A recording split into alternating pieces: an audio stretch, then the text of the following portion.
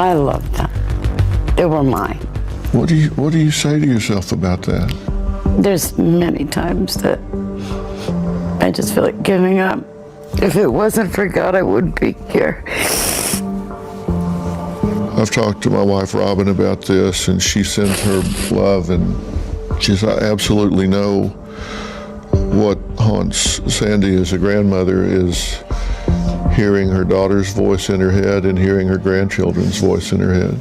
If you're drawn to the stories hidden in the shadows, subscribe to Dark Corner True Crime, where every case has a secret waiting to be uncovered. Was wrong, and we didn't know she was missing yet. You know, we didn't know anything. But you knew. She knows all the time. She's got intuition. I don't know how she knows these things. So what did y'all think when she came to you and said this? Oh, I didn't think anything of it. Yeah, I was like, Mom, you're just worried. She's probably I didn't think sleeping. nothing of it. What did you learn about Nico at the time Shannann's life was taken? We didn't know if it was a boy or girl yet. They had found out, but they were waiting to release it. Thursday night they found out. And they were going to do a coming out party of being a boy, but they put that on freeze because he was being strange, distant. Yeah.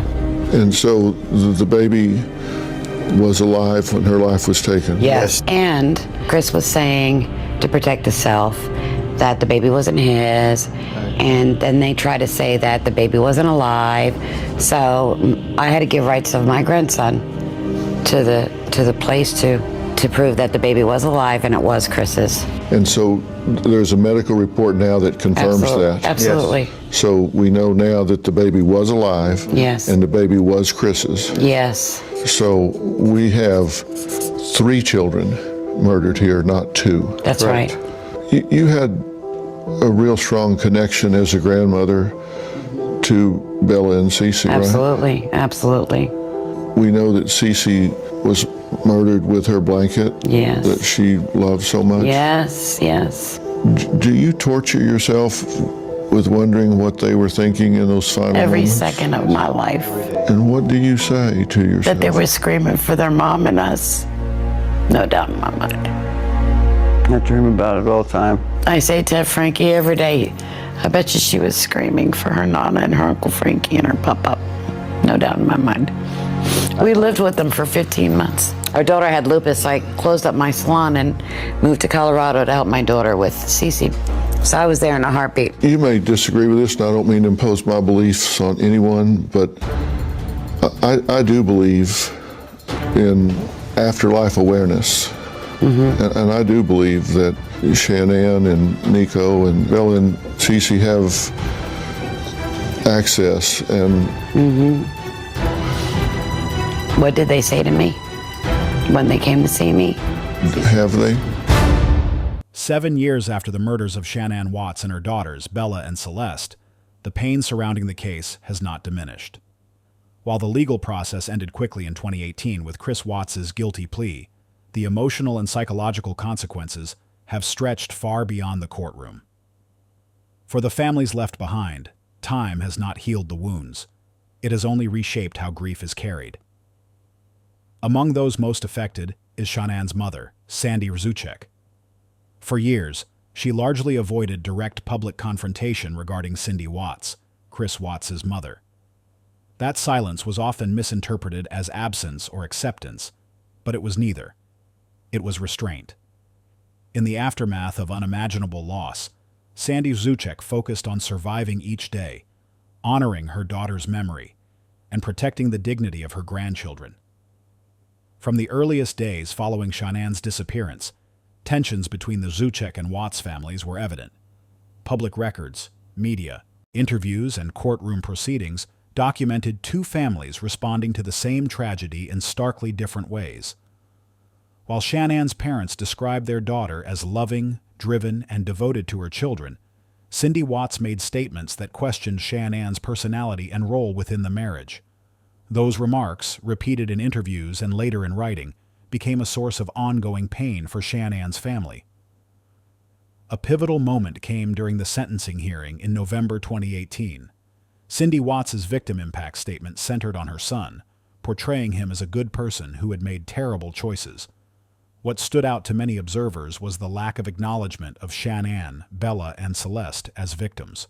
For Sandy Rzucek, this moment confirmed what she had long felt but rarely voiced, that her daughter's suffering was being minimized in the public narrative.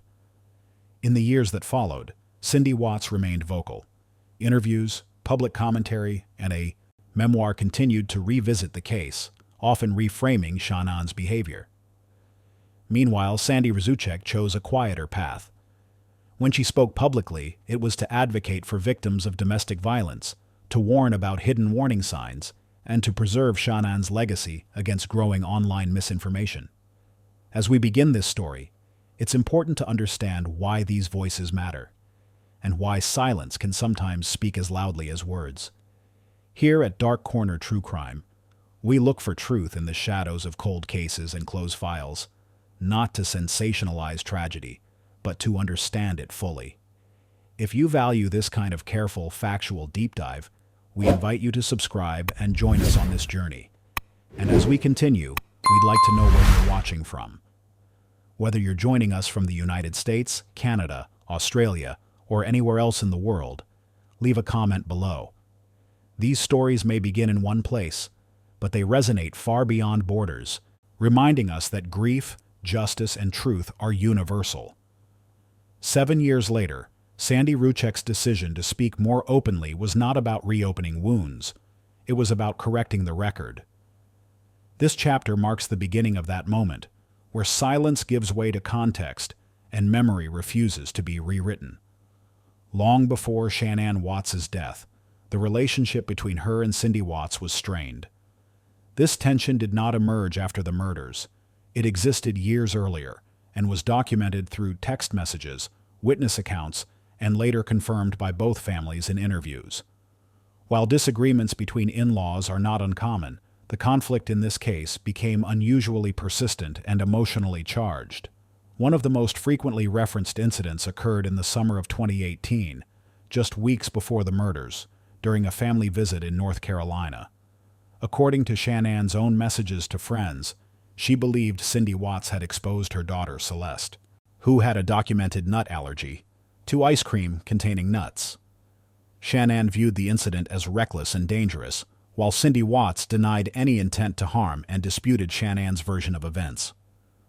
The disagreement escalated quickly, resulting in Shan'ann barring her children from future unsupervised contact with Cindy Watts. This incident, often referred to publicly as the Nutgate conflict, became symbolic of the deeper divide between the two women. Text messages later recovered by investigators showed Shan'ann expressing fear, frustration, and a growing sense of isolation within her marriage. She felt unsupported by Chris Watts, who repeatedly avoided confrontation and failed to intervene meaningfully in the conflict between his wife and mother. After the murders, this unresolved tension took on a different weight. Cindy Watts's public statements, questioning Shan'ann's personality, her spending habits, and her parenting, were interpreted by many as attempts to shift blame away from her son. These comments were not isolated. They appeared across multiple interviews and were later expanded upon in Cindy Watts's memoir. Each resurfacing of these claims reopened wounds for Shan'ann's family. For Sandy Rzucek, the pain was not only personal, it was public. She watched as narratives circulated online portraying Shan'ann as controlling, difficult, or responsible for the collapse of her marriage. Despite law enforcement findings clearly establishing Chris Watts as solely responsible for the murders, these alternative narratives gained traction in certain corners of the internet. Sandy Rzucek initially resisted responding. In interviews, she explained that engaging would only amplify misinformation, but as years passed, the persistence of these claims made silence feel like surrender. The fracture between the two families never healed, largely because accountability was never shared. 7 years later, Sandy Rzucek's willingness to speak was shaped by this history, a history where conflict preceded tragedy, and where unresolved blame continued long after the truth was established. What remained was not a misunderstanding, but a divide hardened by grief, denial, and competing versions of memory. In the years following the Watts murders, the case did not fade from public attention. Instead, it evolved, shifting from a closed criminal investigation into an ongoing public debate shaped by interviews, online commentary, documentaries, and social media analysis. At the center of this evolving narrative were two competing portrayals of Shan'ann Watts, one grounded in documented evidence and victim advocacy, and another driven by speculation and reinterpretation. Cindy Watts played a visible role in shaping this alternate narrative. Through televised interviews and later through her memoir, she repeatedly emphasized what she described as Shannan's controlling nature and framed the marriage as troubled long before the murders. While Cindy Watts maintained that she was simply sharing her perspective, these statements were widely criticized for minimizing the severity of the crime and shifting focus away from Chris Watts's actions. For Sandy Rzucek, this period was marked by profound private grief.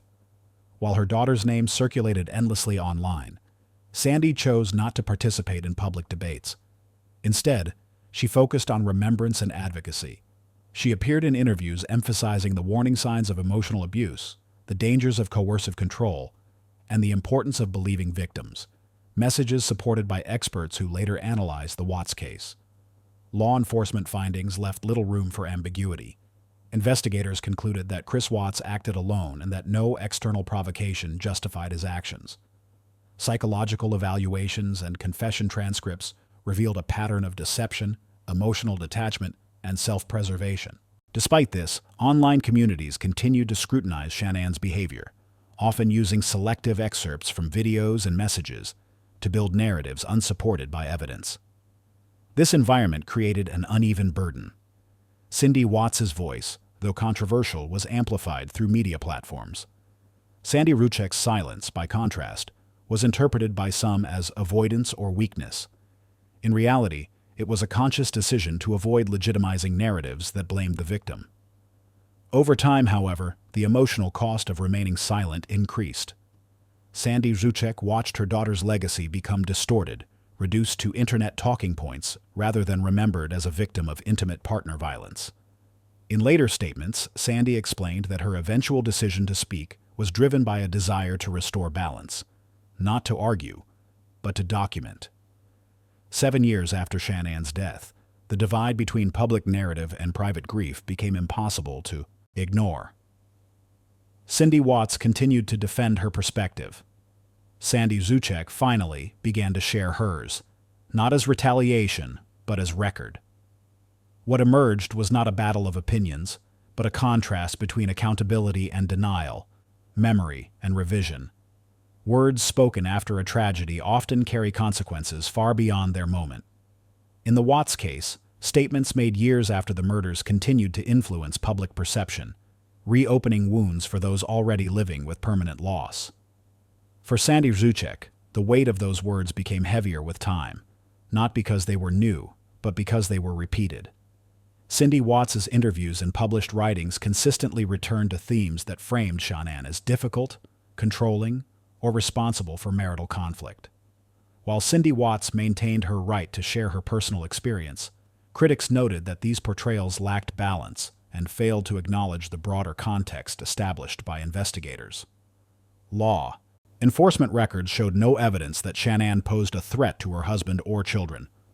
Instead, they documented a pattern of deception and manipulation by Chris Watts in the weeks leading up to the murders. Each time these narratives resurfaced, Sandy Rzucek faced renewed public scrutiny. She described feeling as though her daughter was being placed on trial long after her death. Online discussions often escalated into harassment, with conspiracy theories accusing Shan'ann of provoking her own murder, claims repeatedly debunked by experts in domestic violence and criminal psychology. Despite this, Sandy Rzucek remained cautious in her responses. When she did speak, it was often in limited forums, or through written statements emphasizing facts rather than emotion. She pointed to court records, confession transcripts, and the conclusions of investigators who made it clear that responsibility rested solely with Chris Watts. What made this dynamic particularly painful was the asymmetry of accountability. Cindy Watts's statements frequently centered on her own suffering and that of her son, while Shan'ann and the children were discussed as secondary figures. For Sandy Rzucek, this imbalance was not just hurtful, it felt like erasure. 7 years later, Sandy began addressing this directly. In carefully chosen words, she explained that honoring her daughter meant confronting narratives that distorted the truth. She did not accuse, she clarified. She did not speculate, she referenced documented events. Her approach contrasted sharply with the emotionally charged rhetoric that often surrounded the case online.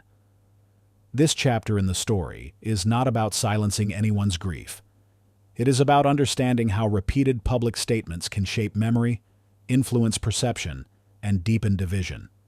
The weight of words, especially when spoken without accountability, can linger for years. For Sandy Rzucek, breaking silence was not an act of confrontation. It was an act of preservation of her daughter's dignity, preservation of truth, and preservation of a narrative grounded in facts, not reinterpretation. In most criminal cases, a guilty plea brings an end to uncertainty. In the Watts case, however, the plea resolved the legal questions but left emotional accountability fragmented. Chris Watts accepted responsibility in court, yet the broader conversation surrounding the crime continued to shift, often deflecting blame away from where it legally and factually belonged. From the beginning, investigators were clear. Evidence gathered through digital records, witness interviews, and Watts's own confessions established that he alone planned and carried out the murders. There was no evidence of provocation, self-defense, or external influence. Despite this, public narratives, particularly those echoed in interviews by Cindy Watts, often returned to the idea that the marriage itself explained the crime. For Sandy Rzucek, this framing felt like a second loss. The justice system had recognized her daughter and grandchildren as victims, yet parts of the public discourse continued to treat Shan'ann as a contributing factor. In later statements, Sandy emphasized that marital conflict does not lead to murder. Choice does. Accountability, in this context, became a central issue. While Cindy Watts repeatedly expressed love for her son, she rarely acknowledged the full scope of his actions in public forums.